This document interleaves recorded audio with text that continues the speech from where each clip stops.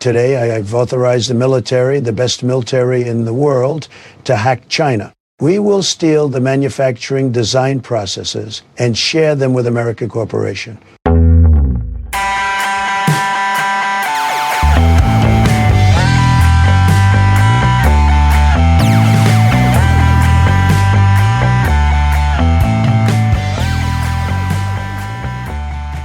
Welcome to the Intrusions in Depth podcast. I'm Josh Stapp.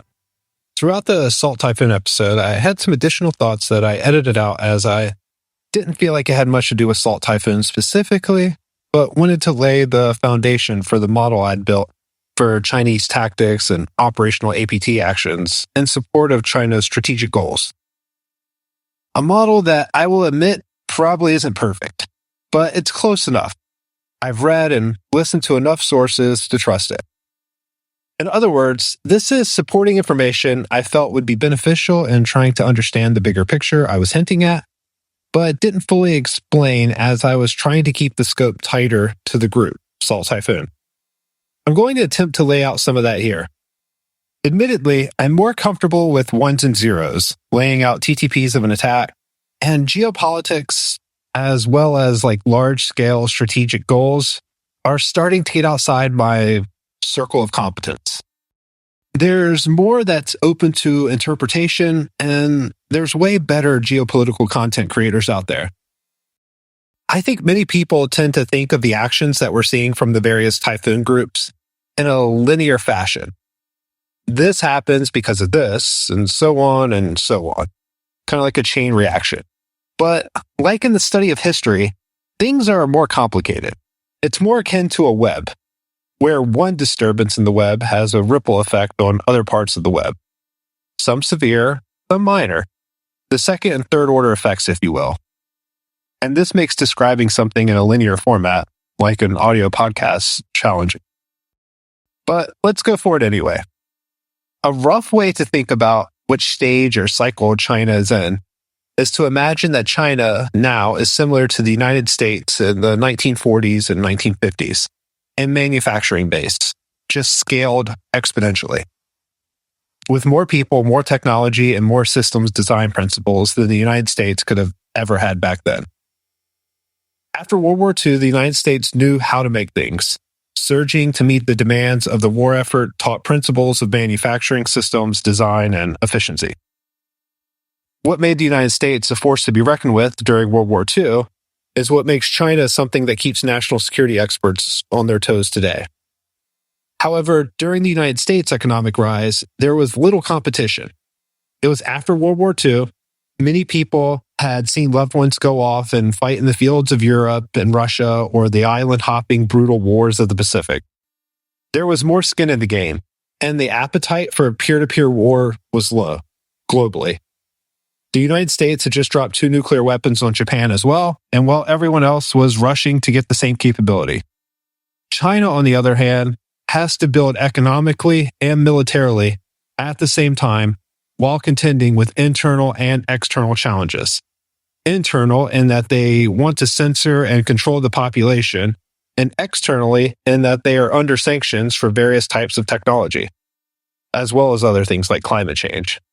And trying to build militarily and economically has forced some trade-offs. For example, all commercial ships have to be rated for military use as well. It's almost like they're planning to make some amphibious assault or something. Now, in this addendum episode, I'm going to do my best to explain the Chinese paradigm shifts when compared to the West and Western values, as well as strategic goals, how warfare has changed, and I'll wrap up with some ways to deter this type of action. Hopefully it doesn't turn into like a Lindsey Graham impression. The point here is to inform, not to scare. Furthermore, you should probably listen to episode 1 of this series prior to this episode. I spent a considerable amount of time explaining Chinese cyber attacks history and their operations, and that knowledge will help fill in the blanks here. All with the caveat that this is my own opinion formed by many books, podcasts, personal experiences, and knowledge of technology and other experts that I've heard weighing in on this discussion. I'll link through to sources in the show notes, like always. And so I don't get sued.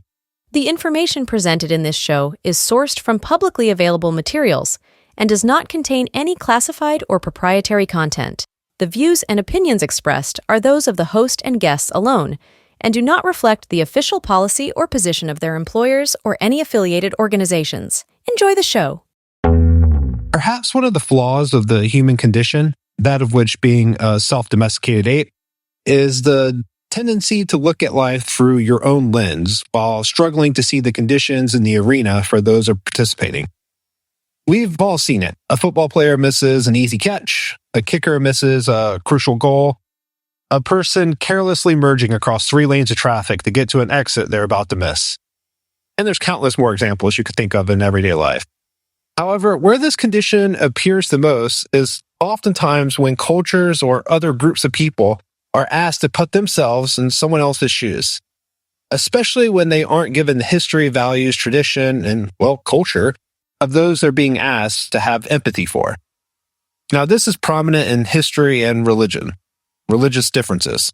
And this isn't an argument for one religion being better than the other or a way to excuse nasty, horrible things in anyone's history. I'm not trying to say one culture is better than another or disregard the unfortunate fact that in every culture there's quote-unquote losers who, by no fault of their own, are born into a terrible situation. But as we move through the various subjects of this podcast episode, I have but one request. Now that I have made you aware of this bias, most people possess in some degree, do your best to look past it. Try and strip away any political or personal bias and look at this through an analytical, less emotion-filled lens, as some of the motivations and differences will likely clash with your beliefs, values, and justifications. So to get started, let's do a small thought exercise to illustrate how different the Chinese approach to economic growth has been compared to that of the United States. Let's reverse the roles and imagine you heard this on social media, or the news, or however else you get information. Today, I've authorized the military, the best military in the world, to hack China. We will steal the manufacturing design processes and share them with American Corporation. Whatever your political leanings are, this would be a massive change to the Overton window of geopolitics and military actions. Now, undoubtedly, in the real world, there would be all these unconstitutional nationwide injunctions on what is an obvious Article 2, Section 2 constitutional power. But that's besides the point. Getting past the circus that this would all go through, this would be a big change. The character of sorts of what the United States is about will change. The capitalist, anyone can get ahead if they work hard enough view is different. Now, the Americans are going to be clever. They're going to steal the information. For the record, that was a deep fake voice that I made. It's not real, just if that wasn't clear. Hopefully, there isn't a clip of something similar out there on the internet or that's been posted since I recorded this. Hopefully. The point being that this would be a massive shift in what the purpose of the American military is. In a capitalist society, a free society, you don't use the nation's military to influence markets. The free market exchange of goods and services is what determines economic outcomes after all. And yes, I'm aware that this idea is a bit of a fairy tale, a libertarian dream we tell ourselves, as the government is definitely involved within markets throughout Western societies. But generally speaking, the government does not own these businesses and have representatives from the government on their boards. And at least if that does happen, we don't discuss it openly and we act shocked when instances of it does occur.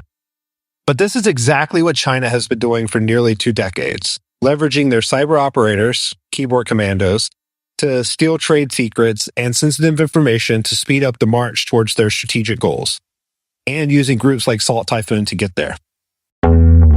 Let's pivot for a moment and discuss those goals at a high level, like 50,000 foot view. Now, China's goals come from a blend of ambition and insecurity. Like every good politician, the CCP has a message, a brand, a mission statement.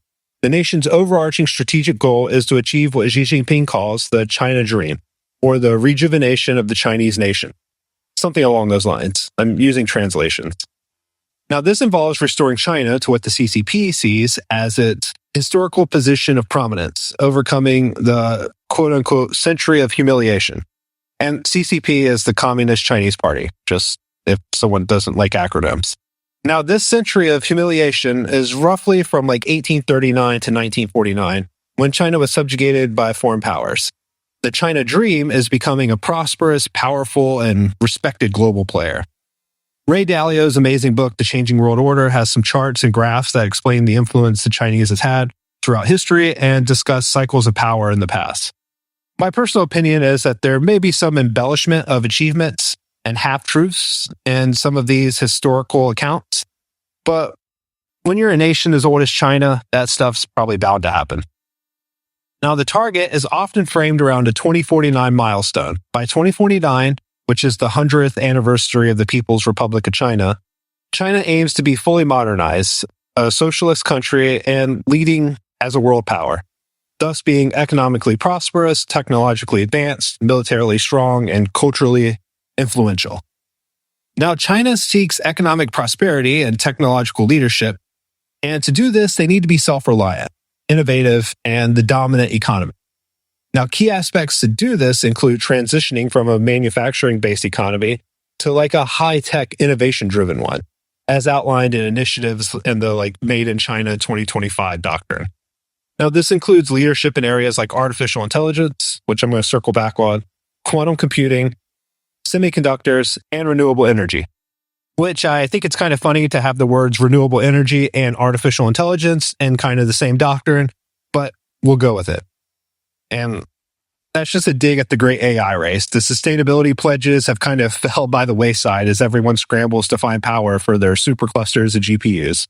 Like I said, I'll link through some of the sources for the Made in China 2025 initiative, but we need to frame this as a political campaign, which is essentially a marketing campaign. In other words, this has to sound good to get people on board. In this case, the Chinese citizens and officials behind the CCP and the countries that want to be part of this. China needs partners. The goal is reducing dependence on foreign technology and supply chains while increasing the world's reliance on Chinese markets and infrastructure. For example, through the Belt and Road Initiative, BRICS, etc., etc. All of this requires partners.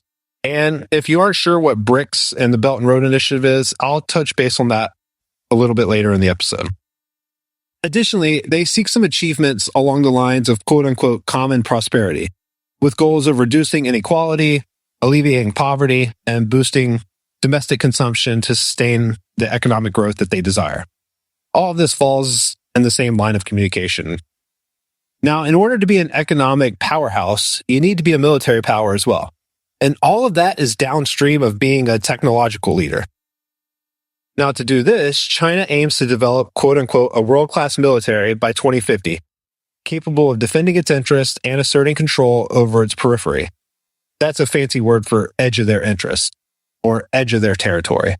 But I would argue if you want to start invading people in 2027, 2030, etc., you probably need to move up that timeline. Otherwise, you're attempting to be in the leader's magic quadrant of the FAFO segment. Now, you may be asking, what does a developing world-class military look like, though? First, it strengthens the People's Liberation Army, the PLA, to deter threats, particularly from the United States and its allies. And it needs to be able to project power globally. Now, historically, this is done with ICBMs, intercontinental ballistic missiles, nuclear subs, and carrier strike groups. Now, in the future, it may be some fully autonomous fleets of space drones, Navy drones, or something else entirely. Maybe we have Terminators by then. That'd be pretty cool. Now, you could also assume that means they intend on securing their territorial claims, such as full control over Taiwan, the South China Sea, and the disputed border regions with those with India, the Koreas, parts of Japan, essentially every country that shares a border with them. Which is where this Chinese dream goal starts to sound like a nightmare for others, particularly American allies like South Korea and Japan. And then there's the soft power projection as well. In order to ensure a stable regional environment that favors China's rise, often by countering the U.S. influence in Asia, they use initiatives like the BRI, or the Belt and Road Initiative. U.S. aid is in the news a lot right now. This is April 2025, as the Doge team exposes some of the spending habits of the organization. But before it changed, let's go with changed. Its goal was to play this role against Soviet interests in the Cold War. Especially in Africa, the Ghana Volta River Dam and aluminum mining projects was a big deal for spreading American technological advances and influence of prosperity that comes from the quote-unquote American way. And this is at odds of the Chinese view of a leadership as they envision a world where it plays the central role, often describing a shift from the US-led Western-centric order to where Chinese have a greater sway. Essentially, China is pushing for a multipolar world where it holds significant influence, reducing the US hegemony, also trying to build a dependency of China of sorts. But we also need to remember that this sucks for the citizens and those under this, especially if you enjoy freedom and you don't like to have the government tell you where you have to live or anything like that. The CCP prioritizes maintaining internal order and its monopoly of power as a foundation for all of its goals. This is paramount as this involves ensuring social stability through strict surveillance, censorship, and control of dissent, i.e. the social credit score and policies in regions like Hong Kong. Now, as a trade-off, they promise this will build sustaining legitimacy by delivering economic growth, improving living standards, and fostering a national pride. Balancing economic modernization and existing ideological conformity, sort of, to prevent challenges to the party's authority is all stated goals. Now, every once in a while, we see the citizens protest and reject this message. COVID lockdowns, the Hong Kong riots come to mind. Now, nevertheless, military buildups of the PLA and Navy require investing heavily in innovation to leapfrog competitors and control key industries. Some of this is in R&D, but a good portion of it is also to just steal the progress made by other organizations and other countries. That way you can focus on the scale or the more manufacturing output of it. And if there's one thing we've learned from the modern conflicts, particularly in Ukraine, small, smart, cheap, modern munitions can have devastating impacts on the previous era's technological leaders of war. Cyber war looks the same in some aspects, a sort of bolt-on force multiplier. But we are quickly approaching a battlefield where everything has a bolt-on cyber effect. And with that being said, let's explore the changes in warfare and how that looks as we build this model of what is fueling the aggressive Chinese APT actions. Broadly speaking, the Chinese have a different set of values around warfare than those in the West, especially in the United States. That's probably a better way to put it, actually, the United States. Again, broadly speaking, if the United States is in conflict, most would see a naval battle in which we lost one destroyer to sink 3 destroyers on the other side as a win, at least with like a near peer. However, to the Chinese, losing a destroyer when you could have lost a jet ski kamikaze drone thing would have been considered a big loss. It's more important to outsmart, be more clever than your opponent, than using all-out might. Or maybe not even engaging the destroyer and spoofing your location on radar, outsmarting your opponent while they attack something weaker. Which, for what it's worth, from my perspective, both have their places. There's a lot of factors you need to weigh in. Now, there's 2 conflicts that come to mind that illustrate this massive change in warfare within the last 50 years or so. Desert Storm in 1991 and the ongoing Russia-Ukraine conflict, as I said earlier. Desert Storm was a massive shift in conflict, and the entire world took note of the changing approach to war from American forces, especially the Chinese. As evident by a book titled Unrestricted Warfare, it was published in 1999 by 2 Chinese People Liberation Army colonels, Xiao Ling and Wang Jingsu. And I apologize if I butchered those names. But let's pause here, though, and express some caveats. 1, this book could have been a sort of psyop to inspire fear and put Chinese adversaries on notice. 2, this was released in some form or fashion, so it's highly likely that this information was approved by the CCP, at least at the time. So again, see my previous statement of being some sort of psyop. With that in mind, the book highlights China's efforts to modernize its military and counter U.S. dominance post-Cold War. Now, this book emerged from a context of analyzing the 1991 Gulf War. The authors argued that future conflicts will transcend conventional battlefields, blending economic, cyber, cultural, and psychological tactics to weaken an adversary without direct combat. Essentially, as weapons mature, the battlefield expands. When it was knights and aristocrats with swords, the battlefield was a field. Now the battlefield is global across many domains. I'll link through to the book if you're interested.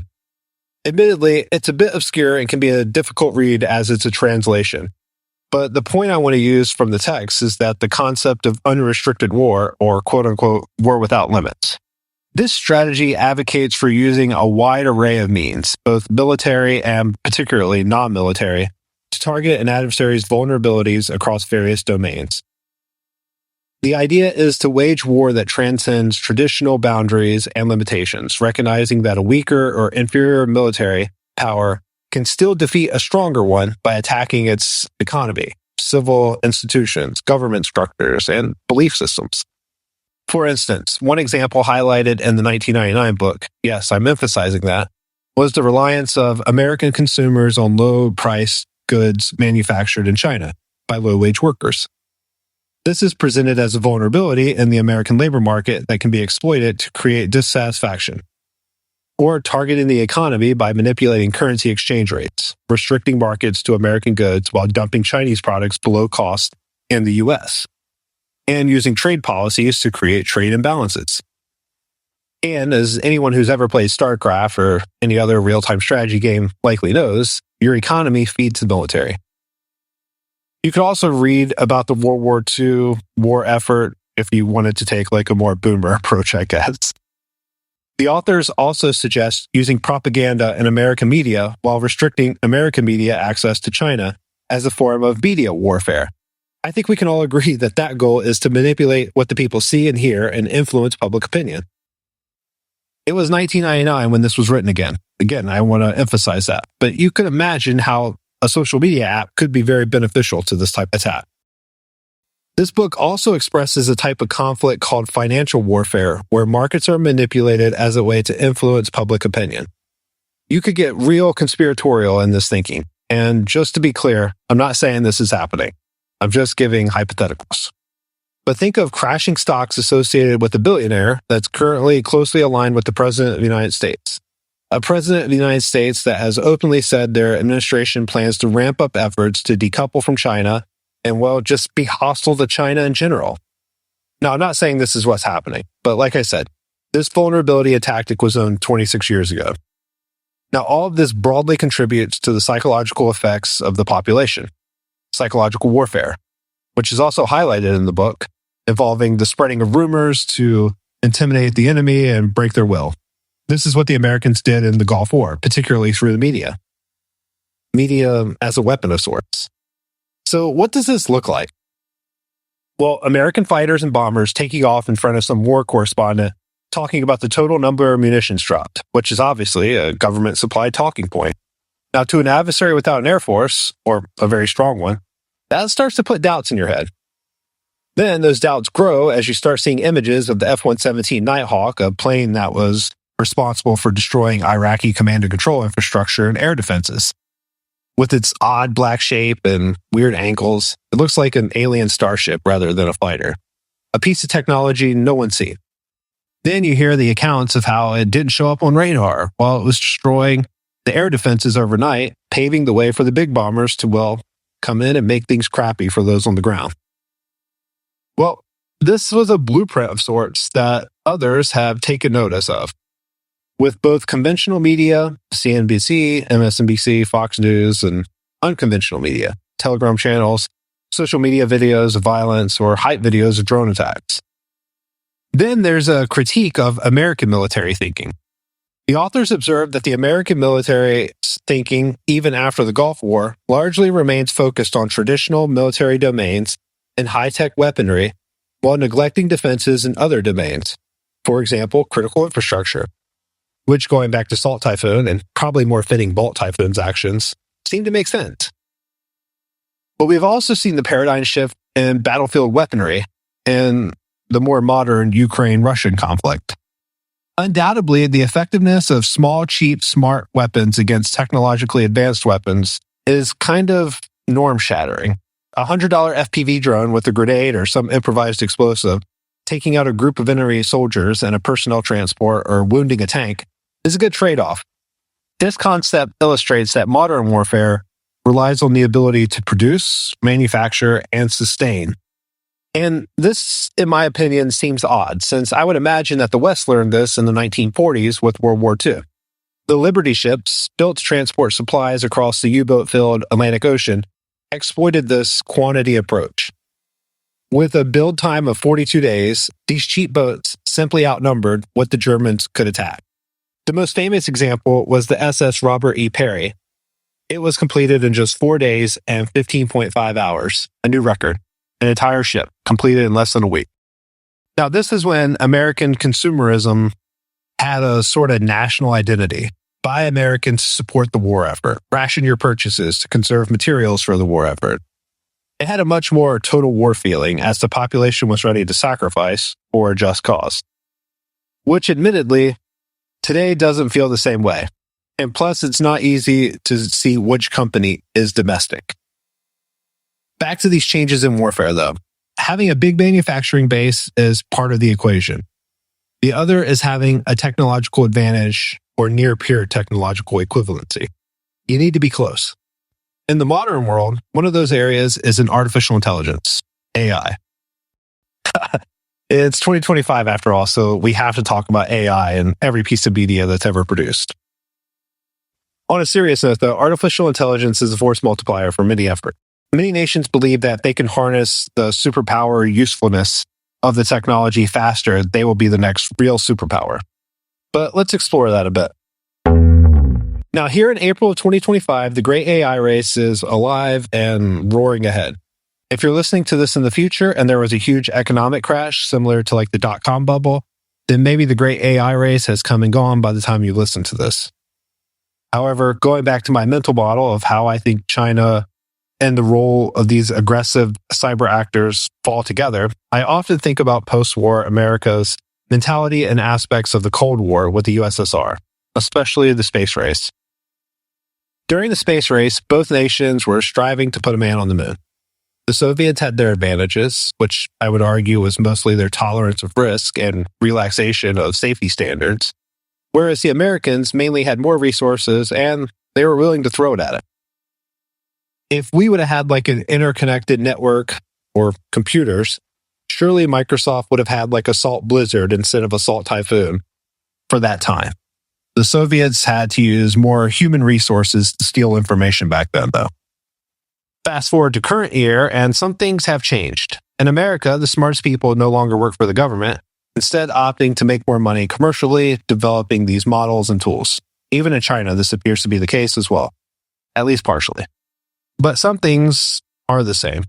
Both nations and the companies involved have looked the other way on how these models contribute to climate change, which is contradictory to the sustainability promises and Paris Accord pledges most of them were rallying behind when it was fashionable. But then again, if that was anything other than virtue signaling, then maybe people lecturing the need to buy electric cars for the environment wouldn't be celebrating burning the electric cars as some form of terrorism against innocent people who did nothing wrong to them. All because some talking head told you to be mad at some billionaire you don't know. You're not quote-unquote resisting by damaging people's property. You're just being an asshole. However, chances are that if you're listening to the podcast, you're a rational individual and you already know that. Nevertheless, I think all the countries and organizations have made the determination that whoever wins the AI race will be the next superpower, the next hegemony of the world, which I'm not sure I know where the finish line is to determine who's the winner. Like the space race had the moon as like a finish line. Now we need to establish what AGI is or who has it, I guess, or maybe there's some other metric. I'd be interested in hearing your thoughts. Comment or email me with the information below. Unfortunately, though, I think that might only be determined in the great robot wars of the future, if we have that. Anyway, the AI race between the United States and China highlights profound differences in this mentality. I believe it's shaped by their respective histories, culture, and systems of government. Much like everything else, I guess. These distinctions go beyond technical capabilities and reflect how each nation approaches innovation, prioritizes resources, and envisions AI's role in society. Starting with what I think is the most obvious, the differences between individualism and collectivism. The U.S. mentality is deeply rooted in individualism and entrepreneurial freedom. AI development appears to thrive in a decentralized, market-driven ecosystem where startups are like frontier labs, as they're often called, and tech giants like Google and Microsoft and academic institutes like MIT and Stanford, they all compete and collaborate to some degree. Now, this approach values disruption and kind of moonshot thinking. The idea being it's better to nurture the potential for breakthroughs from unexpected sources. Now, in contrast, China's mentality is collectivism and state-centric. Shocker. AI is viewed as like a national imperative aligned with goals like economic dominance and social stability. The government orchestrates efforts across state-owned enterprises, private firms like Baidu and Alibaba, and universities, ensuring that AI serves their collective priorities. Now, this top-down coordination emphasizes control and scale over kind of individual creativity. And that's a good segue into the next set of differences in these innovation styles. The United States is built on like a history of disruptive innovation, pioneering new ideas and technology that redefined industries. Now, this stems from a culture that celebrates the lone genius and encourages bold, original thinking, even if it leads to inefficiencies or failures along the way. Fail fast, fail early, fail often. Now, China's innovation, on the other hand, is often seen as incremental, focusing on adapting and scaling existing technologies to meet practical needs. While this may lack the flair of like US-style breakthroughs, it ensures steady progress and widespread implementation. Historically, this was focused in particular areas like the industrial efficiency and public infrastructure. But this isn't always the case, especially more recently, as we've observed with DeepSeek and the papers released documenting their training and methodologies. When faced with constraints, China is able to innovate well, bypassing CUDA with PTX, using pure reinforcement learning for reasoning, and even the emergent chain of thought reasoning that was in the newest DeepSeek models, the reasoning one. This, going back to the space race mentality, was like when the Soviets had innovations as well. I would imagine DeepSeek feels the same as like the R-7 rocket felt to American engineers in 1957 when Sputnik was launched. Next, there's also differences in ethics and purpose, in addition to like data and privacy approaches.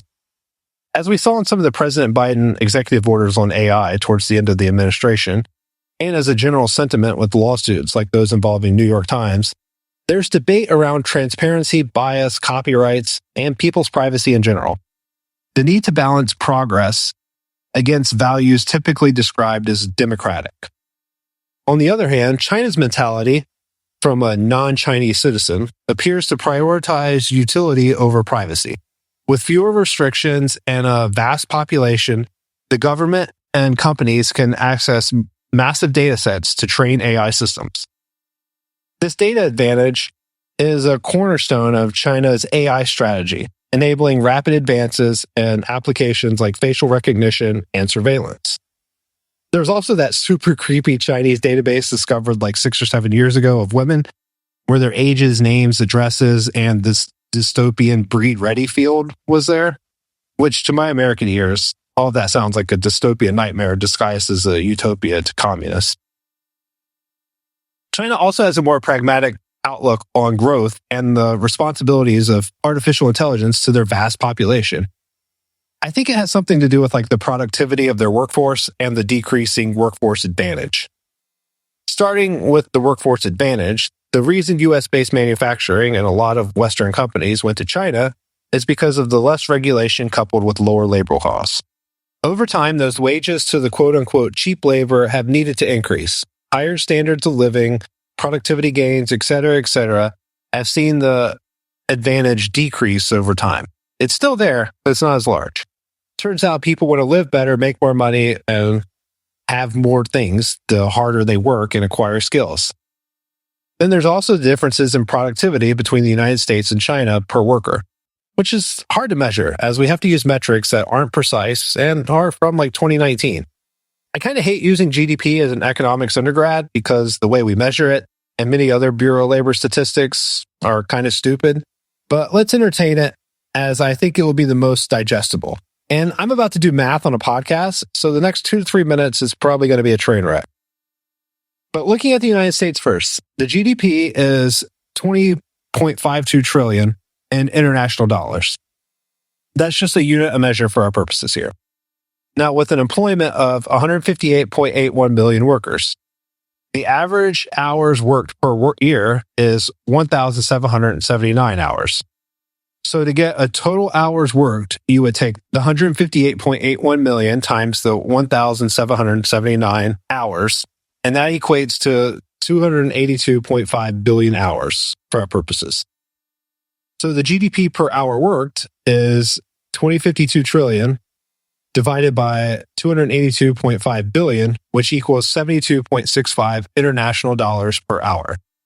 And ultimately, the GDP per worker is calculated as 20.52 trillion divided by 158.81 million, which equals to roughly about 129,200 international dollars per worker. Now, doing the same math for China, with the caveat that, like the American numbers, these could be manipulated in some way, the GDP for China in 2019 was 23.16 trillion international dollars, with an insanely high employment of 774.71 million workers. The average hours worked per year of those workers was 2,115 hours. So to get the total hours worked, you would take the 774.71 million workers times the 2,115 average hours worked, and that equals 1,638 billion hours, or 1.6 trillion, but I want to keep the decimal point. So the GDP per hour worked is calculated as 23.16 trillion divided by 1,638 billion, and that gives us roughly 14.14 international dollars per hour. And doing the GDP per worker math, we'll see that 23.16 trillion divided by 774.71 million total hours equates to roughly 29,900 international dollars per worker.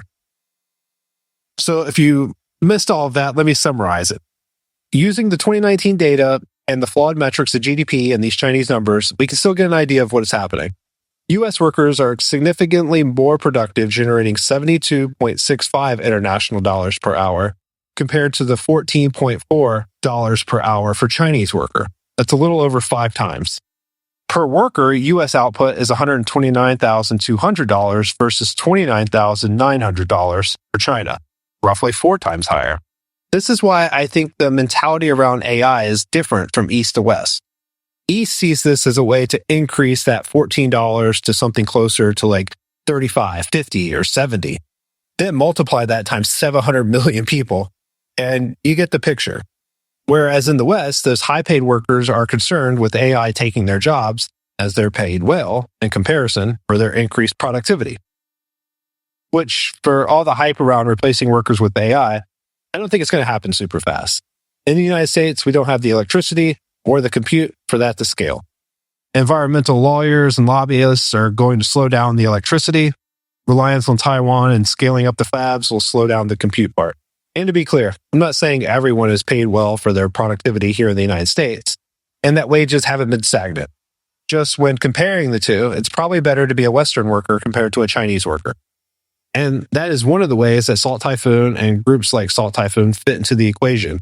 They steal data to be used for various AI projects, or they're just straight up stealing intellectual property to assist in building out these capabilities. Now I want to change gears and move into some of the uses of this data. Well, some potential uses for the data. And I'm sure I'm missing some, so feel free to put those in the comments or wherever you're listening to this. Now, the most in-your-face use of this data, information operation campaigns, which tends to be a trend of my last few episodes, I guess. I guess I've been like vibe podcasting. There, I trademarked it. At the core here, you are weaponizing the network effect of social media and the stolen data to craft narratives that support your tactical, operational, or strategic goals, or all three. I guess you could think of this as a way to like hack humans. You sprinkle in some razor sharp truths laced with some like vivid, punchy language, or you put some of those triggering words that get people all fired up, and you aim them straight at a person, a policy, or some hot button event. It's a psychological sleight of hand, and it's got a name, the conjunction fallacy, which is a cognitive bias described by Daniel Kahneman and another professor. I'm blanking on his name. Kahneman is the author of Thinking Fast and Slow. It's a great book. This is an edit from the future. I looked up that other professor. His name is Amos Tversky. Back to the episode. The conjunction fallacy is where people incorrectly judge the probability of two events happening together, giving it a higher probability than either of them kind of happening individually. Now, the classic example of this is called the Linda example. It goes something like, Linda is described as young and single, into social justice issues, and involved in anti-nuclear activities. People are more likely to say that it's more probable that Linda is a bank teller who is active in the feminist movement than she is simply a bank teller, even though the latter, or just being a bank teller, is a broader category and thus statistically more likely. At a core level, the idea is to relate to people's emotional biases rather than their analytical thinking, as emotional responses tend to be like the default mechanism for a majority of the population. Now, mental models like Occam's razor or Hanlon's razor can be a basic remedy for most of these, with the caveat being that sometimes malice and complicated things happen, which I guess you would call a black swan event. Occam's razor is the principle that when faced with multiple explanations for a phenomenon, the simplest explanation is usually the most likely to be correct. Now, Hanlon's razor is another one of these mental models where you should never attribute to malice, which could be adequately explained by stupidity. In other words, it's more likely that someone's an idiot than there being some sort of like evil Bond villain. Now, with factual data, these operations are far easier. If one thing's true, then they all must be true after all. By including some private, sensitive, and 100% true data into these operations, it's easier to imply that the other things are true as well. Then couple this with technological changes like LLMs, which can process, operationalize, and organize data quickly, and thus this pipeline has way less bottlenecks than before. Then, when you couple this as being like 10x or 100x the effectiveness on a social media platform, things can scale pretty fast. And this isn't exclusive to like TikTok. Could be any one of these with the following. Even the underground forums where extremists or extremist adjacent or extremist curious people hang out. But here's the kicker. This is the dangerous part, especially looking mid to long term. And let's tug on that thread and break it down a bit. There's three big reasons why this is alarming: subtlety, persistence, and exploitation of vulnerabilities. It's kind of like malicious marketing. Now, subtlety is information operations that blend legitimate information with like AI-generated deepfakes or misinformation disguised as credible news to kind of evade detection. Now, this credibility allows them to infiltrate an enemy's decision-making process undetected and sow confusion or perhaps misguide the strategy. It appears harmless, but starts to morph slowly as it gets more embedded. Then there's persistence. A single isolated event might disrupt temporarily, but sustained campaigns erode trust, deepen divisions, and create lasting psychological damage. For example, continuous exposure to divisive content on social media can polarize a population over months or years. If this is fueled by algorithms or the internet, this can be automated, thus done very cheaply. The last characteristic that I think of is called the exploitation of vulnerabilities. The most effective operations target pre-existing fears, biases, or cultural tensions. You're amplifying what's already there. This could be economic anxiety or political distrust. They feel organic, making them harder to resist or refute. In today's world, that would look a lot like election meddling fears. You've got the obvious like tampering with voting machines or fake ballots, up to straight up like sci-fi data mining to like sway public vibes, a la Cambridge Analytica. But here's where I kind of pump the brakes. If you could flip an election with some scraped data in a Python library, why bother with shady stuff? Team up with like a supplement guru or some online grifter and just cash in legally. I'm skeptical, as you could probably tell by my voice, of the effectiveness of said campaigns. Polling and trends, like sure, you can map those. But ads alone kind of swaying votes, it's a stretch. Extraordinary claims need extraordinary evidence. Show me the receipts, impressions, analytics, those cringe memes, and just some leaked memo from like an anonymous intelligence source or some intelligence guy or some partisan hack playing reporter. It doesn't really do a whole lot for instilling trust, just me speaking. But going back to the razor models, it's far more simple to believe that those people voted for the politician or policy based on a number of factors instead of just social media posts. Religious belief, social economic values, for example, could be a contributing factor. I would argue that if you lost your job, there's no number of social media posts telling you that the economy is great that would influence your real-world perspective. Just as if a politician was elected that you hate, it's far more likely that people voted for them instead of your politician than some elaborate scheme of social media manipulation or wide-scale cheating. And if you're going to make those claims, I think the evidence needs to be radically transparent. In general, I think this is the best way to counter this, but I'll get back to this in a moment. So what are the tactics used to do these information operations? Well, loosely speaking, there's 5 categories. The first one's micro-targeting. This is using data analytics, information operations, to tailor messages specific to individuals or small groups based on their personal beliefs, fears, or habits. The precision in some ways bypasses like broad defenses like public awareness campaigns. But for what it's worth, this is the argument that Cambridge Analytica was doing or attempting to do. I think this could be a thing in general. I'm just suspicious of its effectiveness in election campaign context and how good this firm was at it. It takes up a lot of resources to do this across large populations and keep it up, and to measure the effectiveness and to attribute it to that being the success. There's too many variables in play, and I've always thought that the data mining, Cambridge Analytica stuff felt more like they had an answer and was working backwards to the narratives to get there. In other words, it has to be Cambridge Analytica because here's the evidence that supports that, as opposed to looking at the evidence and then coming to a different conclusion. I've read both the main books for the scandal, Mindf and Targeted. I walk away from both of them kind of feeling like these were written for an audience that's fascinated by the words big data and as a word to like stroke the ego of the authors. I'll link through to the books if you're interested in them. Maybe Cambridge Analytica warrants a future episode. Let me know your thoughts. But number 2 in our categories of tactics are narrative warfare. I like to think of this as shaping how an enemy remembers key events, altering their collective identity and strategic outlook. This one's pretty self-explanatory. I think this one is the biggest risk versus reward. If successful, these can be highly effective as it's hard to rewrite stories. On the inverse, though, if you mess this up, it makes the rest of your tactics way harder. If people are legitimately seeing through this attempt as a way to manipulate them, you seem fake. And audiences, people, everyone hates fake people. The third one is cognitive hacking, which I argue is the exploitation of like mental shortcuts or the cognitive biases that humans develop through evolution. Think of this like the Linda problem that we talked about earlier, provoking an emotional response instead of a logical, analytical one. Fourth is information laundering, which is when false information gains credibility when echoed through seemingly independent, trusted sources.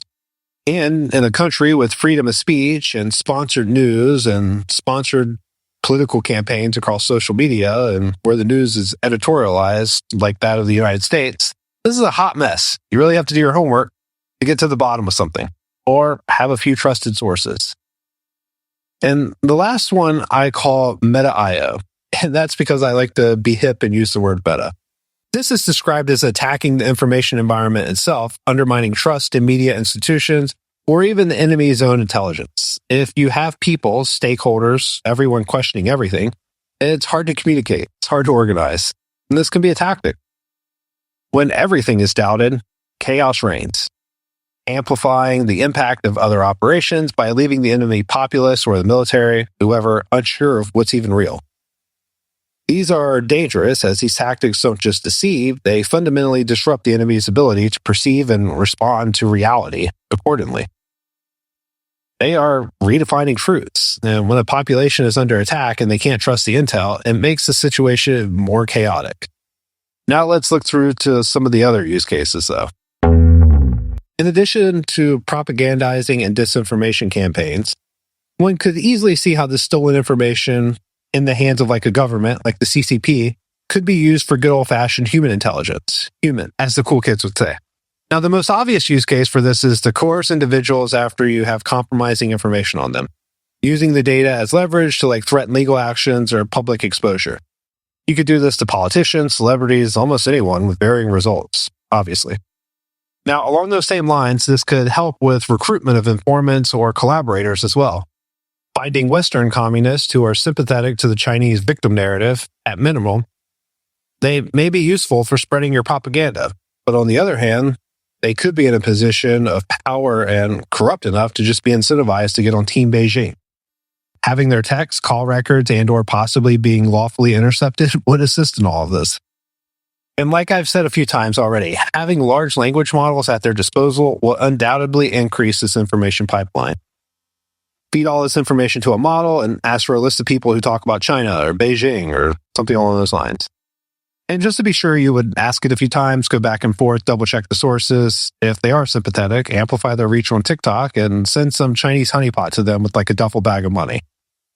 This doesn't need to be like overly precise. Once you get a list of potential names, you could do another manual verification of the source data before trying to like make a contact.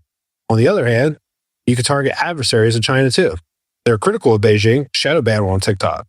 Send your troll army on them for all their other social media platforms and publish all your disinformation to smear them. Maybe some enterprising journalist from the New York Times will pick it up and give the story credence. And just to be clear though, this doesn't have to be at the individual level either. You could use this information against like advocacy or support groups that counter Chinese goals. The YouTuber LaoY86 has documented some of this towards him. It's a good channel to check out for people interested in China. I'll link through to it. Or if you take the disruption of like a target person's lives one step further, it's not inconceivable to utilize this information to assist in targeting online accounts or personal devices.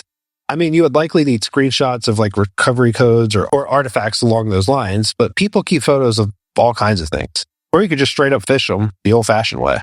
APT-31 comes to mind when you think about this. They are more commonly known as like Zirconium, Violent Typhoon, Judgment Panda, etc., etc. But this is kind of right in their wheelhouse. And pulling this thread of disruption of other people's lives one step further, I guess this is a good time to talk about like the Operation Fox Hunt and similar campaigns. Now, for me, this is where the Chinese victim narrative really falls apart, the Operation Fox Hunt crap. This is all based off of the 2014 Operation Fox Hunt campaign put in place by the Chinese Communist General Secretary Xi Jinping, the leader of China and the CCP. Now, this covert global operation was conducted under the guise of anti-corruption, which has been a favorite motive for a lot of abuses carried out by the CCP. Throughout history, you could say that this is kind of a trend. A political leader comes in on sort of like an anti-corruption campaign, and then they later become a dictator or like a dictator-adjacent type of person. And as a preemptive strike on all the crazy emails that I get accusing me of being a partisanship or being a libtard or some racist Republican or something along those lines, I want to clarify that I'm talking about like real dictators who are like true threats to democracy. I guess it's a good sign that I'm being accused by both though. But I'm talking about like real dictators here, like ones that dissolved the Congress or established martial law for years on end. Think Fujimori in Peru or Ferdinand Marcos of the Philippines, where I'm coming back to Marcos in a bit. Spoiler warning. Then there's also like the coup way of being a dictator as well, with armed followers who just like storm a building. But back to Operation Fox Hunt. The goal of this program was to combat corruption and repatriate economic fugitives. The term fox, in the Chinese sense, symbolizes like a relentless pursuit of like cunning foxes, people that are sly and elusive, like the animal. Now, in true Beijing narrative control, they said this only targets wealthy individuals of financial crimes.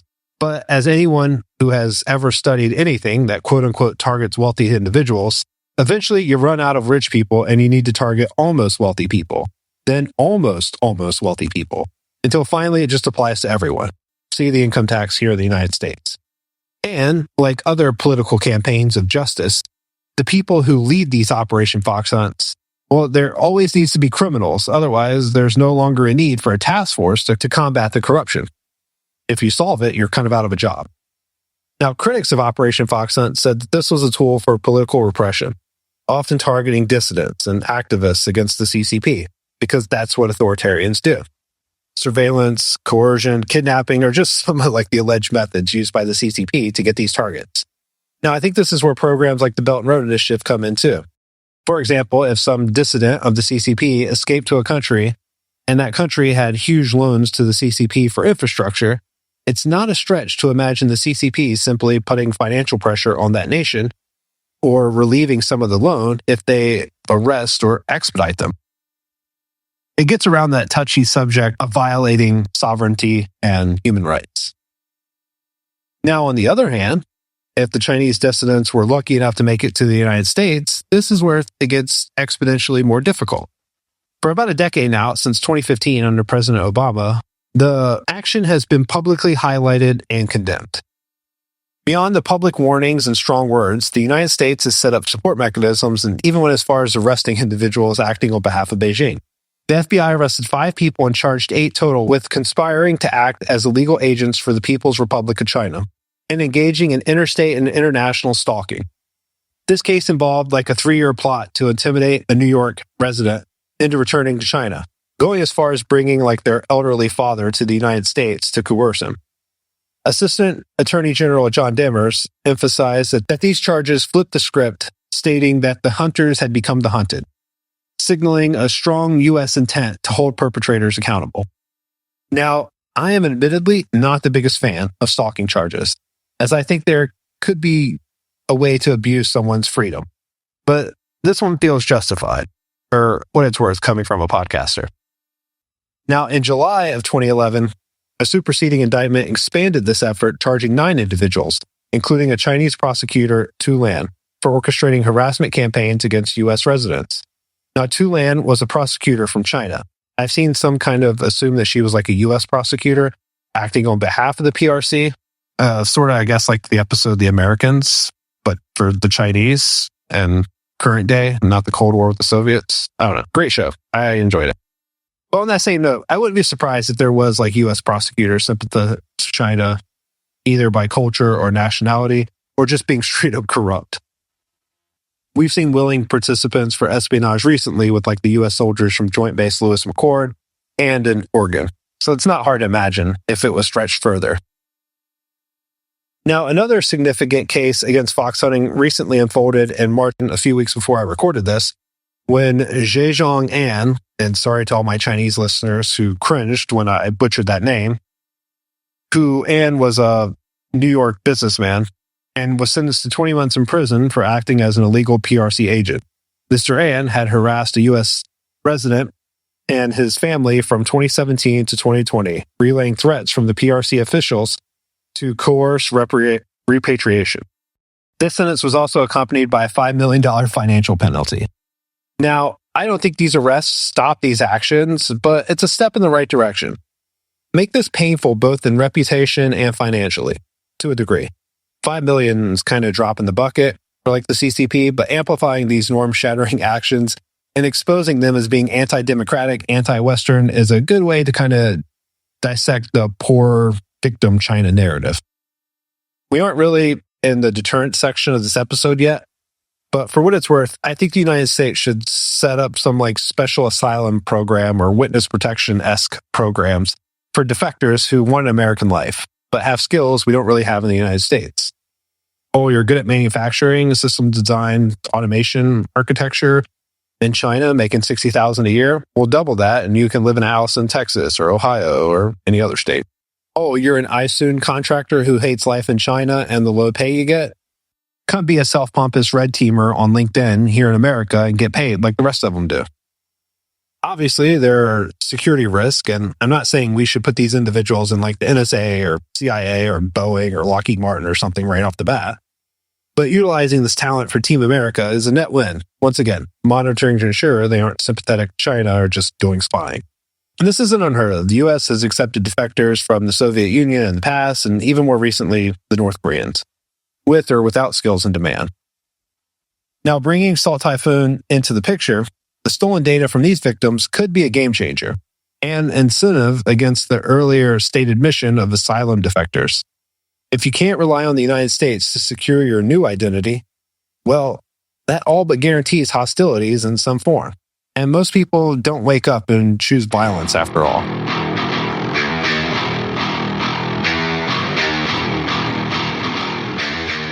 Now, I got some high-level bullet points here to discuss how Salt Typhoon's actions could play a role in this. And like much of this episode, these are speculations on my part and loosely based on like technical capabilities and prior events. There hasn't been a whole lot of actionable events tied to the Chinese theft of data to date.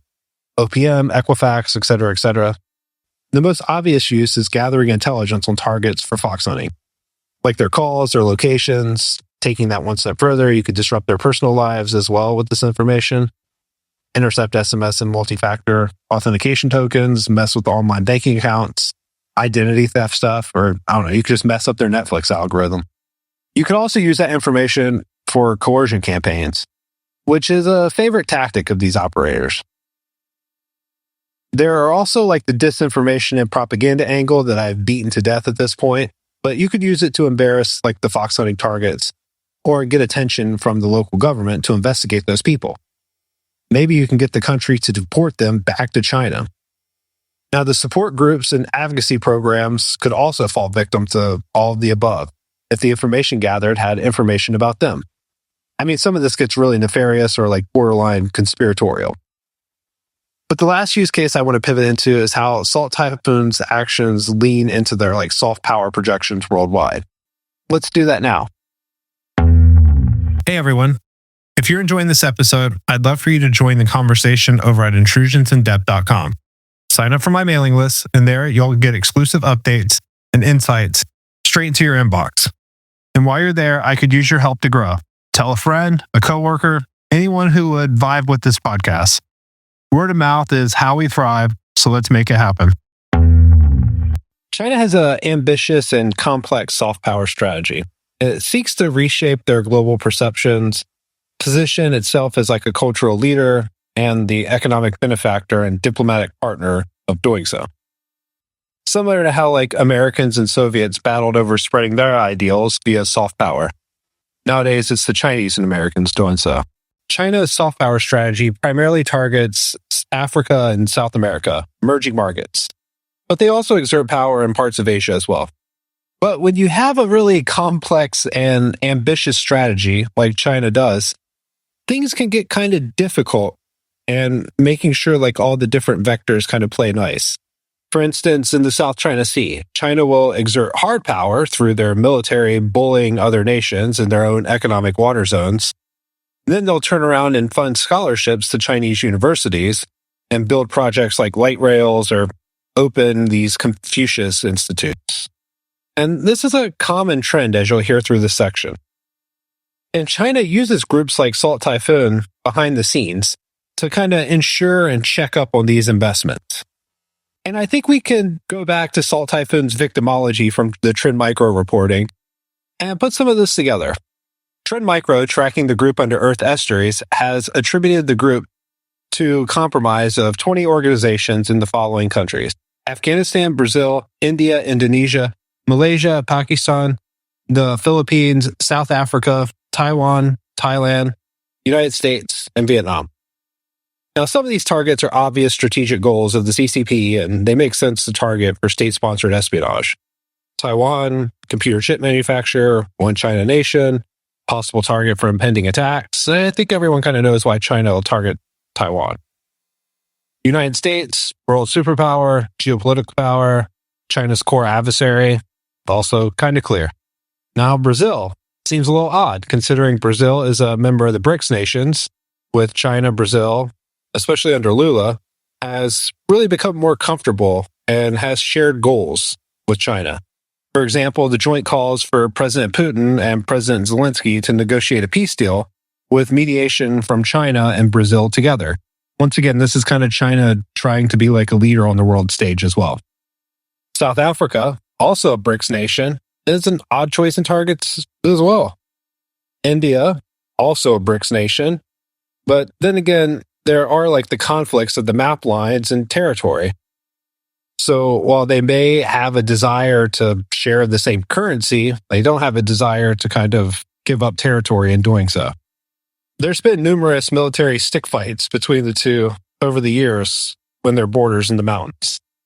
Plus, Moody has been like one political leader who appears to be diplomatic with everyone, despite being a strong nationalist for his country. But so basically these targets can make sense, whether it's to kind of check up on potential allies or spy on enemies, or some mixture in between. Now with Afghanistan and Pakistan, and maybe even the Philippines to some extent, I'm leaning more towards this being like training or exercising operational testing.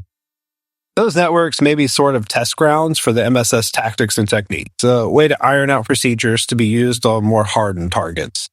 But I guess there could also be like some soft power projects or projection in those countries as well. and as a way to kind of craft the narrative of sorts for China.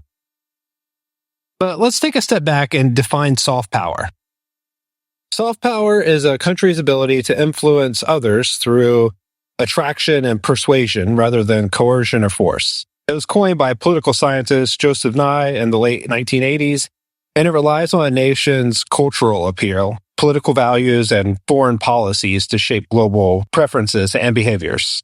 Now, unlike hard power, which uses military might and economic pressure, soft power is supposed to be more subdued and take longer, go over the long term. The idea is to foster goodwill and encourage emulation and building networks of influence. Now, China specifically displays this soft power in roughly 5 ways. First, it's with its cultural exports. I think the best example of this is those Confucius Institutes. There's hundreds of these cultural centers worldwide, and they teach the Chinese language, history, and tradition. Well, the approved ones, the ones that boost China's appeal. You could also lump in like open sourcing of like AI models like DeepSeek as exporting their culture as well.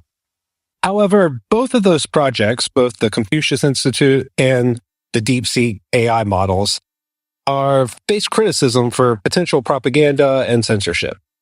China also invests in media as a way to send its message worldwide, like North Korea. Shameless plug for my North Korea Hack Sony episode. They make these goofy Wolf Warrior type films to enhance like the national pride and global awareness of their feats of sorts. Besides the cheesy acting, the strict adherence to staying on message makes authenticity rather limited. Now, most audiences outside of China watch these as humor. I would imagine most audiences inside watch them as humor either, but maybe there's some like diehard Chinese people that really love them. Since they are like really over the top and just plain absurd, it comes off as more of like a meme rather than a real film. Then again, in the West, we have films where a 95-pound woman can walk into a building full of grown men with guns and disarm all of them while knocking them out one at a time. So I guess maybe the Wolf Warrior films aren't all that weird. Next is the economic diplomacy portion. And this is where the Belt and Road Initiative, or the BRI, comes into play. The Belt and Road Initiative is a massive infrastructure project that spans 140 countries, in which China positions itself as a generous partner, funding roads, ports, railways, etc., etc. Now, thinking about this in the first order, it's an economic benefit to China to have nations indebted to them, a form of debt trap. But the second order effect is that it gives Beijing leverage over these countries and thus allows them to foster influence or political influence that aligns with the goals of China. This is part of the reason for the newfound attention on the Panama Canal. And there's a lot of moving pieces here, so I'll attempt to summarize it. Now, Panama was one of the first, or maybe the first, Latin American country to join the Belt and Road Initiative, which is their own sovereign right in most cases. However, there's these other contracts that Panama is part of, or treaties, the Trejos-Carter treaties. The first of these is the Panama Canal Treaty that stated on December 31st, 1999, Panama would assume full control of canal operations and would be responsible for its defense. It's important to note that there's no end dates on any of these treaties. The other treaty is what gives the United States a vested interest. The treaty named, quote, the Treaty Concerning the Permanent Neutrality and Operation of the Panama Canal, end quote. That's a mouthful. But this treaty ensures that the U.S. retain the permanent right to defend the canal from any threat that may interfere with its continued neutral service to ships of all nations. Now, the Marco Rubio Trump administration angle is that if the United States is responsible for defending the canal, they shouldn't have to pay to use it. That's a good point, just saying. Peeling this onion back further, though, you may be asking, how does the Belt and Road Initiative and China fit into this? Well, there's allegations rhetoric. Let's just call it rhetoric, especially from President Trump, that claims American ships have been overcharged to use the canal. And to be frank, I couldn't find any data to support this in my research. And at least officially, the pricing structure doesn't appear to be depending upon which flag you're sailing under. And the flags that vessels sail under is an entire mess of its own. Most of the concern in this area is around Chinese intel gathering of ships going through the port, or the potential for China to be able to close the port, which we saw recently, as it seems pretty easily if a ship malfunctions within the port. Now, things get shaky, in my opinion, as a podcaster, that just reads a lot and doesn't have a law degree in international treaties when you use the word seize versus defend. Now, defend means that you suppress the threat and turn over control when the threat is gone. Seize implies that you assume control of the canal, which isn't in the treaty. So you need to jump through some hoops to kind of make that happen, most likely through the use of creative interpretations around threats. Now, a foreign influence threat, which, as I said earlier, U.S. figures like President Trump and Secretary of State Marco Rubio have claimed, without clear evidence, that China's commercial presence near the canal, i.e. the C.K. Hutchinson port operations, threatens neutrality by giving a foreign power undue influence. And C.K. Hutchinson is this multinational conglomeration company based out of Hong Kong and the Cayman Islands. Seems kind of sketch. Australia and the U.S. have deemed it to be a CCP proxy, but it's not a simple connection to the CCP, like most proxies. And once again, I'm a little out of my area of expertise here, but at a high level, this is sufficient enough information for our purposes. So if China was proven to control or disrupt canal operations through espionage or sabotage, the U.S. could invoke the neutrality treaty. However, Panama's exit from China's Belt and Road Initiative in early 2025 and the Panama Canals Authority and their firm control kind of undermine this argument a little, at least in my mind. Secretary Rubio met with the president of Panama, then shortly afterwards, Panama withdrew from China's Belt and Road Initiative, just for context. Hypothetically speaking, though, there could be a security breakdown. If Panama was unable to secure the canal against threats like terrorism or piracy, the U.S. could claim a need to intervene. But no such breakdown has occurred, as the ACP, or the Panama Canal Authority, has managed the canal since 1999. And along those same lines, allegations that U.S. ships face unfair tolls or economic discrimination, which I stated earlier, could be framed as a neutrality violation, but there's transparent pricing and a transparent tariff system that kind of refutes that. And there's also been some claimed overstepping of this treaty before, mainly around when the U.S. went after Noriega, but we're getting really off the rails here. Now, getting back to Chinese soft power strategies, there's a participation and, influence in international organizations like the United Nations or the World Health Organization that kind of plays into this soft power game. All developing nations kind of play this game, though. I guess my favorite example of this would be panda diplomacy in the 1970s or the 80s. And this is where China would give or loan, I don't really remember the specifics, but they would give pandas to Western zoos as a way of signaling warming relations with the United States. It has nothing to do with cybersecurity or computers or geopolitics or, anything I normally talk about, but it stands out as something I watched as a kid on Sesame Street or some show like that. And I'm still waiting for Australia to start roo relations where they loan out kangaroos or do something similar. All right, let's get back on topic. I'm getting way out of line here. Now, the next way is through education and technological influence. Similar to how other countries offer scholarships, China does the same. The idea is to cultivate leadership abroad with Chinese ideals and values. Then there's the technical leadership part, but I've touched on that with the AI race section earlier, but it also happens with companies like TikTok and Huawei. Through companies like the aforementioned Huawei, China's dominance in 5G technology positions it as an innovator, and it embeds its influence in global infrastructure. And there's also potentially backdoors, which is another perk of being in network equipment. Believe it or not, it's conspiracy time. And the last way is what I call controlling the narrative or projecting their victimhood. I've hinted at this a few times already in this episode, and other people call it that as well. I'm nothing special. But China likes to craft a compelling story to win sympathy, especially from other nations. One way they do this is by emphasizing its century of humiliation and substantial rise. In other words, China portrays itself as an underdog overcoming Western oppression, resonating especially with developing nations weary of Western dominance or those that are wrapped up in the previous sense of colonialism. So this lets them get away with claiming climate goals on Monday, and then on Tuesday they could build a coal plant dumping carbon into the environment so they can scale their manufacturing base and economy. And there's plenty of other examples as well, but I think we all kind of get the point. Now, let's get to the part where we talk about solutions or possible ways to stop this. Spoiler alert, it's not easy. One nation is focused, determined, and eager to be the hegemony of the world. Now, admittedly, this section of the podcast makes me very uncomfortable, though.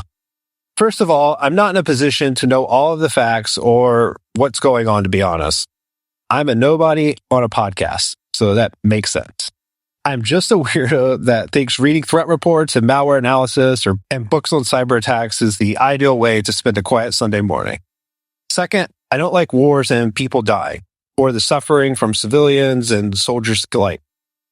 I think world leaders all around the world should put more emphasis on the human factor, but that's an entirely different podcast for an entirely different day.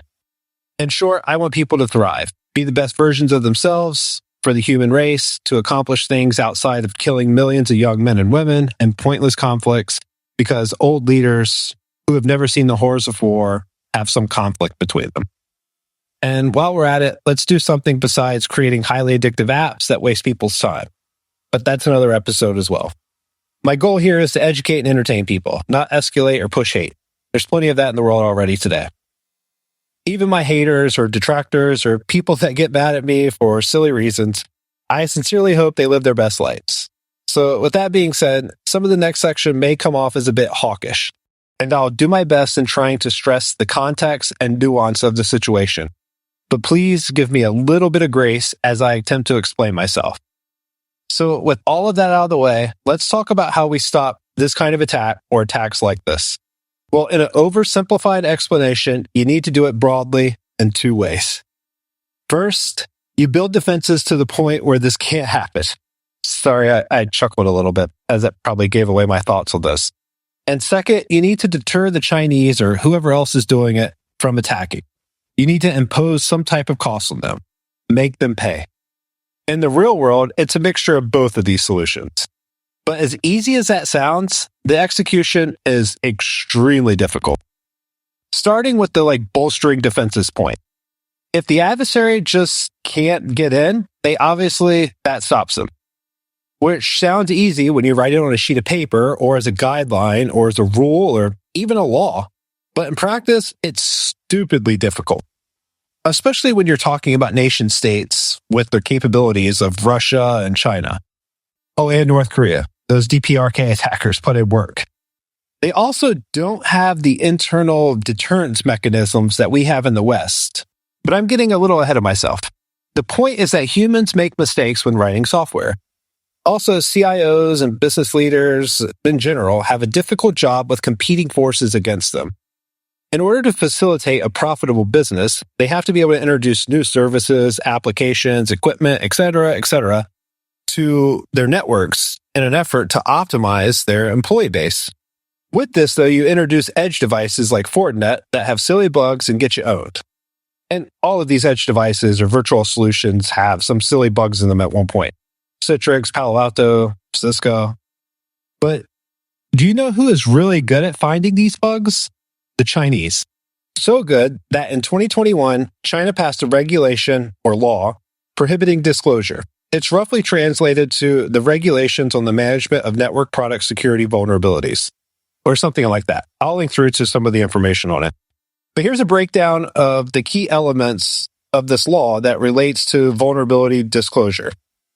First, companies operating in China and individuals who discover software vulnerabilities are required to report these flaws to the Ministry of Industry and Information Technology within 2 days of discovery. Second, the law prohibits disclosing vulnerability information to any, quote, overseas organizations or individuals before it's reported to the MIIT, the Ministry of Industry and Information Technology, and a patch is available. Public disclosure is only allowed if done simultaneously with the release of a patch. Finally, companies and individuals who violate these regulations can face fines, legal action, and other penalties. Basically, if you find a bug, you need to tell the CCP, and they'll likely use it until a patch is made available. Then the patch will most likely come because of a breach that they initiated, and it's being investigated. Then some 0 days in the news, being exploited in the wild. Then the vendor releases a patch. And then the Chinese firms start disclosing the specifics of it once it's public and the patch is being rolled out as sort of a thought leadership experiment. It also encourages organizations in China to set up bug bounty programs to encourage this type of research, what I guess sounds good on paper. But I doubt the payouts that these bug hunters were getting are anything close to what they were getting when they were competing in like Pwn to Own internationally. And this also highlights the second issue with laws like this. Some of the best researchers for this type of work are not incentivized to do it. That's another benefit of communism. It's a feature, but essentially no one tries. Laws like this, coupled with ownership requirements of Chinese companies and the exclusion of American businesses into the Chinese market, is why your boy here doesn't have a lot of sympathy for arguing against the TikTok ban.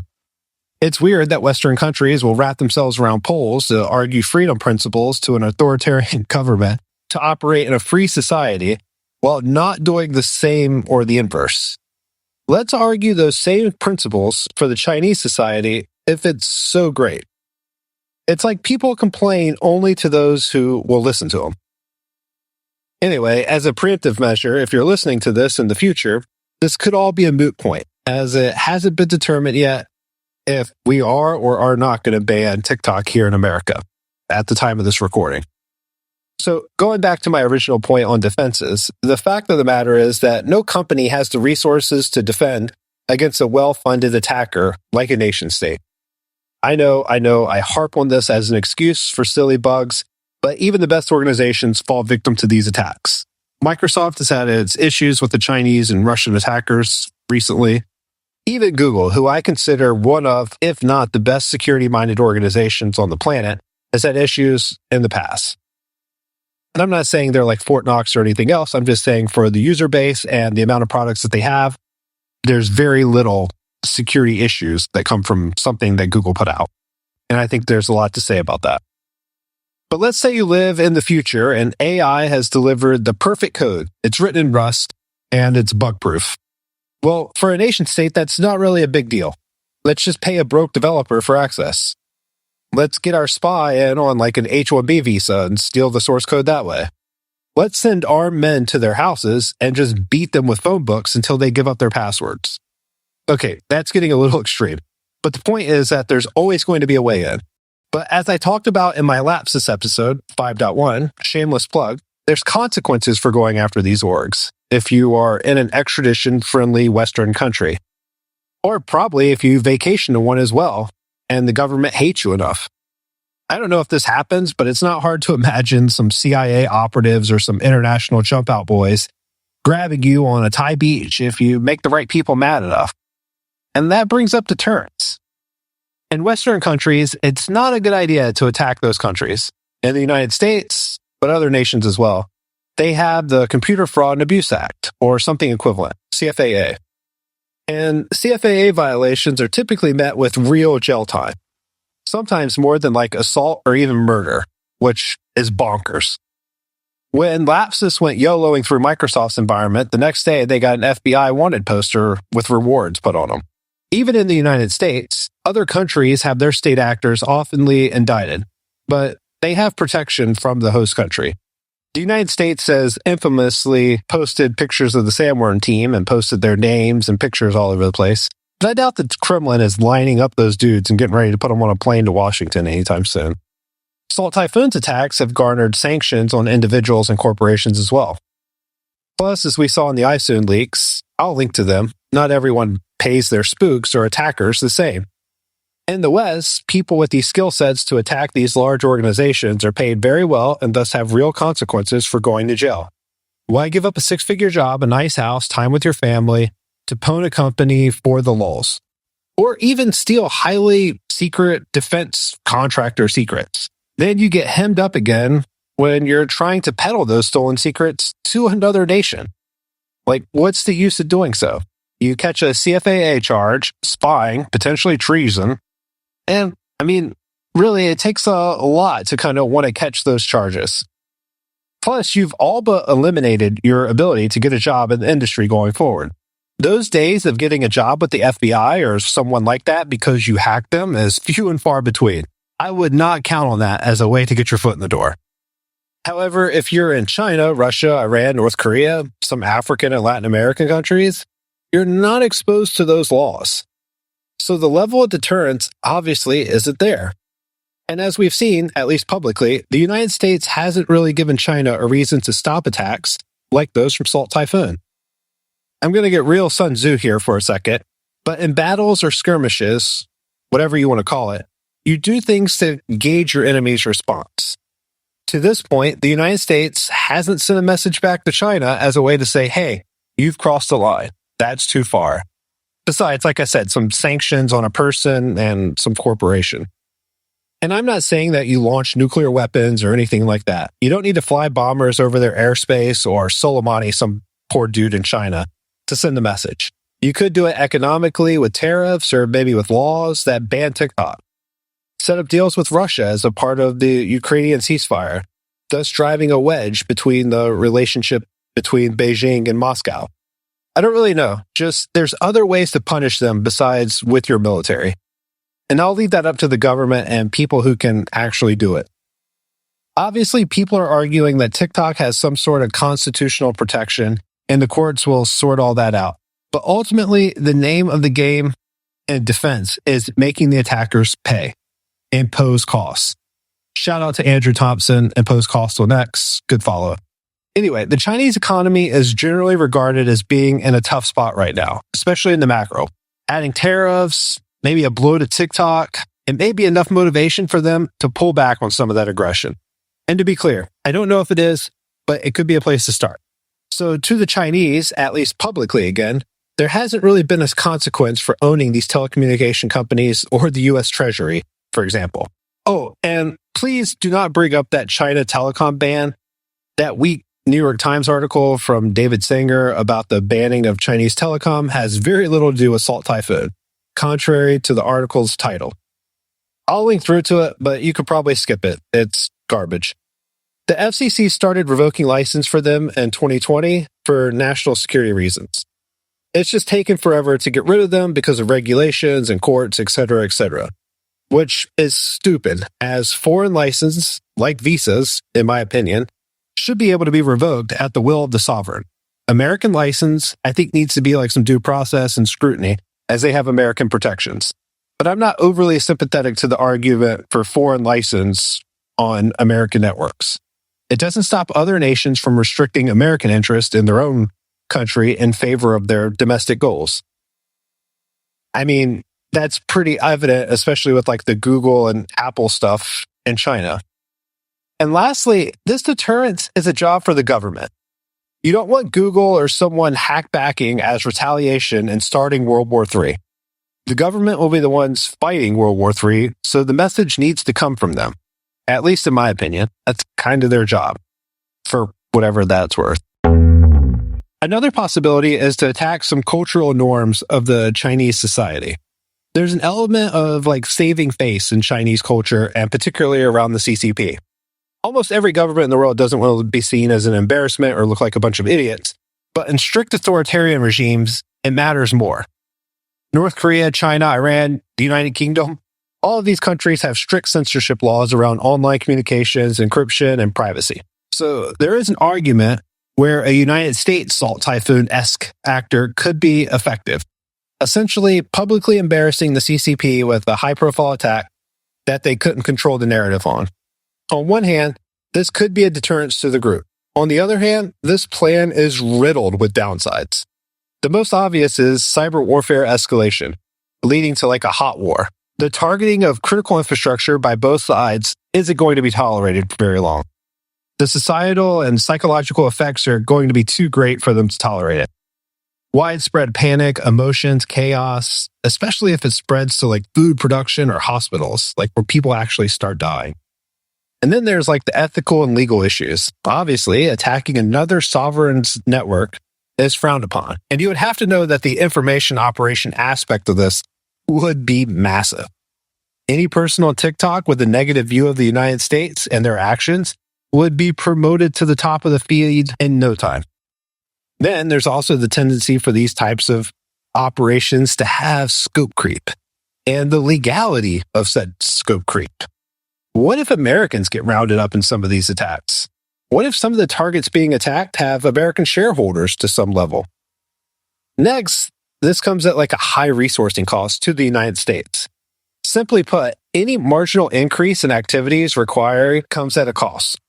You need more operators, more training, more infrastructure, more exploits. And that can be a downside too, because eventually, when things cool off, you're going to have a whole bunch of these people where they're going to have to find other targets. And then there's exploits that could be in products built by American companies or from allies. And well, that's another equities discussion. Then, thinking about the third or even fourth order effects in this thought exercise, you need to consider the blowback. Could the International Criminal Court keep playing politics and issue warrants for Americans? To be clear, I don't think that would happen. But then again, I would have never thought that they would issue judgments against Vladimir Putin or Benjamin Netanyahu. Casting your beliefs about those leaders aside, both countries have signed the Rome Statute indicating that they had interest in joining, but stopped short of ratifying, meaning they never became full members and thus under the jurisdiction of the ICC. The United States falls into the same boat. The United States signed the Rome Statute under Clinton, but unsigned it under Bush, and they never attempted to ratify it with like the 2/3 requirement. And adding my personal opinion here, I think this is absurd that an international body like the ICC has any jurisdiction over any other citizens, especially those of non-member states. The arrest of Rodrigo Duterte, I'm sorry if I'm messing that up, on Filipino soil under these crimes against humanity charges is getting real sus. His alleged crimes were on citizens or visitors in the Philippines.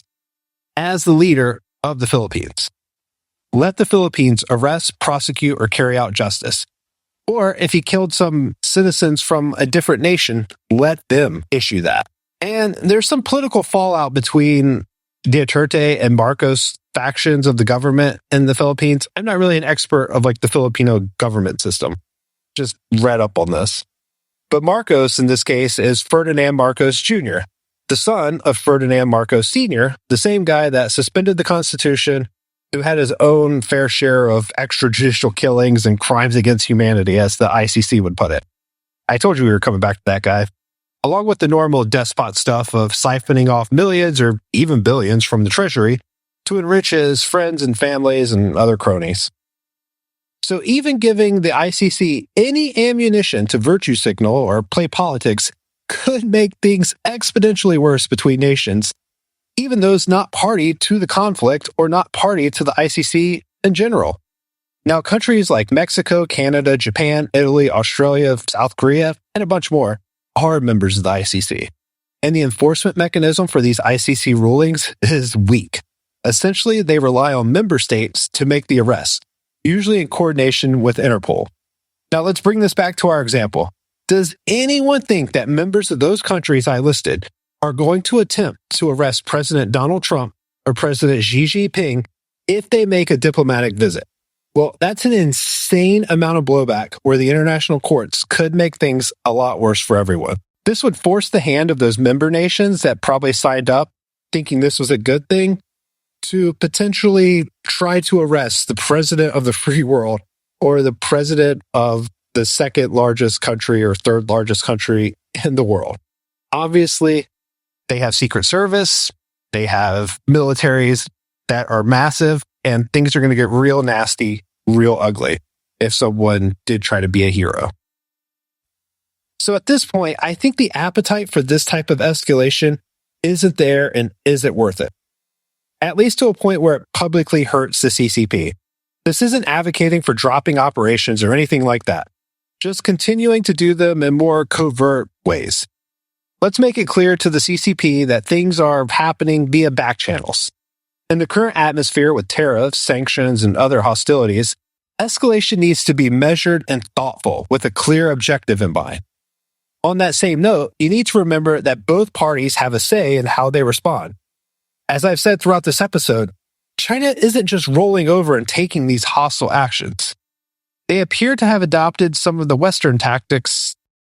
We've seen this through the saber rattling from Beijing, especially around tariffs as of recently. And China appears to have adopted some of the Western tactics of these indictments. Now, I would imagine that they would love to have some indictments against U.S. Cyber Command keyboard commandos, but for the time being, they've been relegated to indicting alleged Taiwanese keyboard commandos. Members of the APT group known as Poison Ivy and the hacktivist group known as Anonymous 64 have been named by the MSS in response to alleged attacks against China. Now, I'll be the first to admit that there's a little bit of me that also wants to have these indictments against me so I could frame them and hang them somewhere. But to an individual in Taiwan, this is probably a little bit alarming, especially if you're concerned about an impending Chinese invasion. One would imagine those individuals wouldn't have a fun time under Chinese occupation. But to be fair, I don't think anyone really has a fun time but the CCP leaders under Chinese occupation. Communism sucks for almost everyone, after all. All right, let's start getting to wrapping up this episode. Now, when I set out to make this episode, I crafted a bunch of bullet points and figured it would be a lot shorter than the original Salt Typhoon episode. But obviously, that's not the case. If you got this far, I appreciate it. Now, the point of this addendum episode was to open the aperture a bit from Salt Typhoon specifically and explain some of the geopolitical concepts that the group falls into. It was information that I felt could be useful in the first episode, but I wanted to be respectful of everyone's time, especially since I kept the discussion about cyber attacks in the history portion. And due to popular demand, I split that section of the podcast into a standalone video on my YouTube channel, which I guess is a great time for me to ask you to head over there and subscribe as well, if that's your thing. To understand the Salt Typhoon impact, though, it helps to have a larger context surrounding their actions. They are just merely a piece of the pie. China's ambitions to grow into the next world superpower forces them to gather intel and position themselves against the current Western superpowers, mainly the United States, but you could say the EU and NATO member countries as well, most of them. But it's not all rainbows and unicorns. The Chinese economy is slowing down, and they've had their own debt burdens. There's also issues with youth unemployment. Some of these issues, as you're likely aware, are present in Western nations as well. Speaking of similar problems, there's also issues with the population aging out, as the population shrank for the first time in 2022. This, coupled with the low birth rates, the 1.1 child per woman metric, is vastly below the 2.1 replacement rate that's commonly cited. Then there's also ongoing political issues with the national security law passed in Hong Kong and the detention of the Uyghurs. Environmental issues, because despite their green energy investments, coal still powers roughly 60% of China's grid, causing air quality issues. Even if you look at the current estimates from this year, Beijing's PM 2.5 air quality levels remain hazardous, which burdens the medical providers as people are sick. Then there's natural disasters linked to climate change that need to be accounted for. Floods, droughts, rising sea levels, threatening food security, coastal cities like Shanghai. This is going to cost billions. And lastly, they have sanctions on them, U.S. sanctions, like the 2002 export controls of advanced chips, which hinders China's technical ambitions, or at least makes them go through Singapore to get them. Domestic firms lag behind Taiwan's TSMC fab, impacting AI and military advancements. Even with the innovation put forth by teams like DeepSeek, they're still behind in the actual material science of these chips. Like the United States and almost every other country, they just don't have the knowledge or materials to build these super advanced chips. Taiwan's TSMC has just been doing it for a long time. And there's other factors too. But it's good enough for our purposes. Salt Typhoon's attacks, and Volt Typhoon for that matter, have gotten such traction because of who they've targeted and what they've targeted. Presidential campaigns and candidates in an election year, and critical infrastructure. All at a time where things are leading towards a collision course. Trade wars through tariffs, proxy wars through conflicts like those of Ukraine and Russia, and cooperation with cartels supplying precursors of fentanyl to be sold in the United States. All of this are just the big ones. There's countless of these smaller issues that pop up as well. That all but guarantees some sort of showdown at a future date. At least that's what the general consensus is. So, wrapping things up for this episode, Salt Typhoon's aggressive actions are results of a new type of warfare. quantity has a quality of its own, a quote attributed to Joseph Stalin. However, this time it isn't humans like it was during the German fronts or when the Soviets pushed into Korea near the end of World War II against the Japanese. This time, it's extremely smart, cheap weapons. Those weapons are driven by artificial intelligence and will need data to be trained on. Data that likely needs to be stolen from the West or stolen in general for quality training. Furthermore, this is just one prong of the unrestricted warfare doctrine. Data intelligence is all needed for the information operation campaigns, financial operation campaigns, as well as ways to control the narrative. And all of this relies on strong data collection capabilities. And stopping all of this requires a level of diplomacy that the West and, well, America hasn't had to use in a while. Most negotiations aren't with near peers that have deep interest in American businesses and American supply chains. The Americans got a glimpse of this during COVID, but any politician that ratchets up the wrong screws or pulls the wrong levers at the wrong time all but guarantees recession, economic hard times, and God forbid, military actions, which will most likely lead to them being voted out, as well as their party, potentially. But then again, doing nothing all but guarantees China's continuous rise to power, as they appear to have the ability to move faster, produce and scale quicker, and innovate at an alarming rate. If the United States loses its technological lead, it loses leadership in the world economy and military. And that appears to be a recipe in which the developing countries and other parts of the world start to look a lot more like communism. Top-down central planning instead of democratic, more socially liberal societies, like those promoted in the West. And I think this is a good place to stop this episode, as I think it lays enough supplemental information, maybe too much, to understand the Salt Typhoon episode better. If you've enjoyed this episode, please like, share, and follow, or subscribe to it on your favorite podcast player of choice or wherever you're listening to it now, YouTube or X, and I have a LinkedIn for the page. I've gotten requests on Patreons and how to support the show, and while I'm grateful and that people find value in what I'm making and want to contribute to its growth, I don't know what content I would potentially put behind a paywall at this time. I'd like to release everything I make to the public. I want to interact in the marketplace of ideas after all. But with that being said, I have turned on the paid functions at IntrusionsInDepth.com, where you can sign up to support the show at $5 a month or $50 a year. Once again, no obligation. Everything's going to be free for the time being. But just, if that's your jam and that's what you want to do, head on over there and put your credit card information in, I guess. And when and if I do ever produce paid content, I'll set up some sort of grace period or something as well. I'm still fleshing all of that out. But while you're over there, please sign up for the mailing list if you want to be part of the AMAs, and I will send those out periodically. I have a new one coming out in roughly about 2 weeks. The TLDR is that if you want to help fund my book addiction that I use for the podcast, you can now. And if you don't want to, that's cool too. And thank you. Sincerely, like I said, it's a weird feeling for people to reach out to me and ask how they can support the show. I'm stoked that people take the time out of their busy lives to listen to my content. I never thought to ask for anything in return. And with that, I'm Josh Stapp. Thanks for listening. Crank